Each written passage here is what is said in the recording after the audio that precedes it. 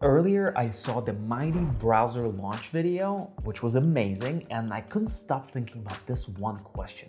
So I messaged the founder, Suhail, to ask him, how much does this video cost? The answer, $200,000. And it's not just them. If you've been on Tech Twitter or LinkedIn, you've seen those launch videos from AI startups popping up everywhere. Which brings me to the question that both founders and investors do not like saying out loud. Is this a good growth strategy, or are founders just burning through capital? So in this video, I'm going to break down why founders invest six figures into product launch videos, what they're actually buying, and if the math makes sense. And by the way, my name is Renat. I run a video production studio that makes those launches, the ones that get millions of views and the ones that you see go viral on your feed. And I've seen the numbers from the inside. So it's not just theory. Before running my studio, I was a CMO at a workflow automation startup called Bardeen, which I grew from 0 to 200,000 users. But in the early days, we were struggling competing for attention.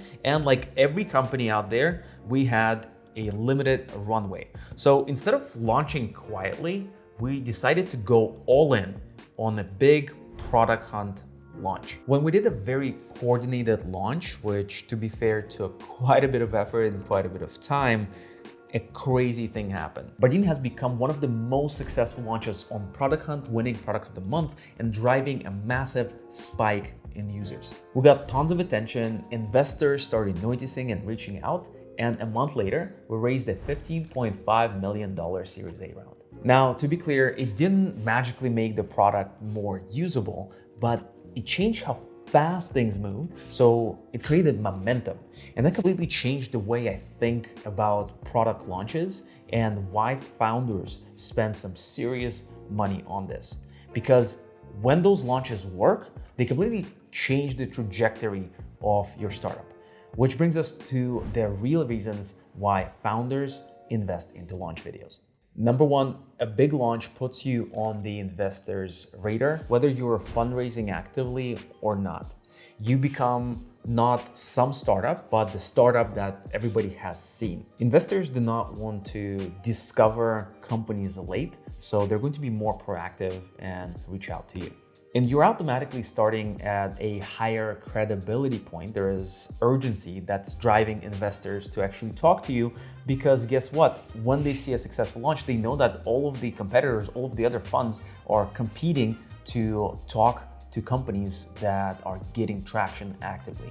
So you get tons of inbound. And even if you do not get that inbound, guess what? When you reach out to investors and they have seen your launch video, it's like, oh, of course, that's the company. I want to talk to them. So it helps you increase the conversion rate. So you get more inbound and your outbound becomes more effective, both of which completely change the power dynamic when talking to investors. But attention alone doesn't justify burning a lot of money, which brings me to the second point. Launches drive real users, paid users, and it's not only going to get you noticed in your industry, where it's like, oh, there are this people, this guy's solving our big industry problem, which is great for B2B. You also get just general users signing up for your product, paying for your product. Strong metrics make the company look fundamentally healthier and more attractive to investors as a result. So launch brings you real users and real revenue. And when I was at Bardeen, we did 2 launches right after because it was so effective to get that traction. But the biggest benefit is not the numbers themselves, but what those numbers unlock, which brings me to the third reason: getting to product market fit faster. If you think about it, you have a very limited time until you find product market fit and you can raise the next round of financing, depending on where your company is at. The faster you arrive at product market fit, the less time you will spend with your team building things that are not going to get traction, that are not going to work. Yes, it's nice to do a few customer interviews. Trust me, I've done hundreds of them. But when you have a very limited pool of interviews you're doing, you're kind of like over indexing on the calls and the conversation that you had. And when you have masses checking out your product, you start having people from different industries, different job roles checking out your product, and you have more data to see who are using your product more. And Unfortunately, this only works when you have big numbers of users trying things out. That's the only time when you start seeing patterns. So you can absolutely move in the right direction faster and save all of the time you'll be wasting building the product that nobody wants. Product market fit is absolutely the key, and you want to arrive to that point as soon as possible so you can transition to the next stage, which is hypergrowth. And there is one more group of people that's watching very closely, and that's talent. Which brings me to the fourth point: launches help you win over talent. Top talent doesn't chase just good products and interesting problems. They want to see momentum, because if you're a startup, you're probably not going to compete with Meta and Google and all of the big companies paying a lot of money upfront as cash.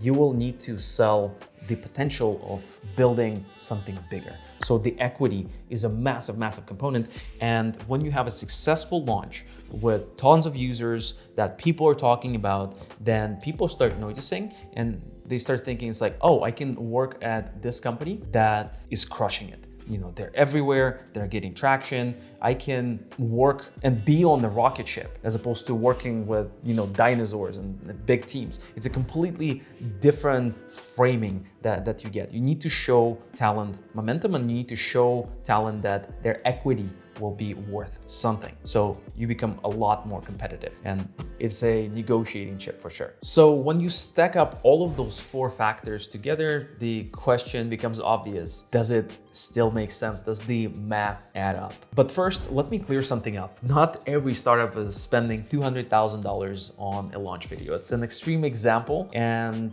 the launch budget usually looks like a combination of the following. You have, of course, your launch video, but then you're also investing some money to get that video to be seen. Influencer marketing, therefore, is a really, really strong channel. And then you can sprinkle a little bit of money on ads, both on Twitter, on LinkedIn, and potentially on YouTube and other platforms. And you'll need to build your launch assets. This is your landing page and other assets, although those can be built by your internal team. So the real question is not, is this video worth it? It's, is the total outcome worth the spend? So here's my thought experiment for you. What if you could pay to get on investors' radar, get users and paid users, come to product market fit faster, and get top talent? How much would that be worth to you? 20,000, 50,000, 100,000? Well, that's exactly the math that startup founders do. They're not buying a video, they're buying speed,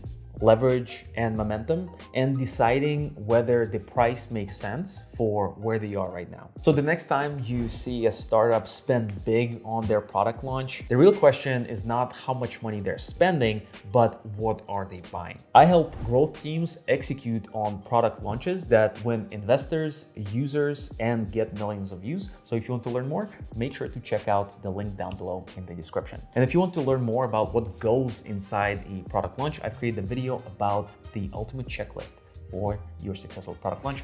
Make sure to click on this video next to check it out.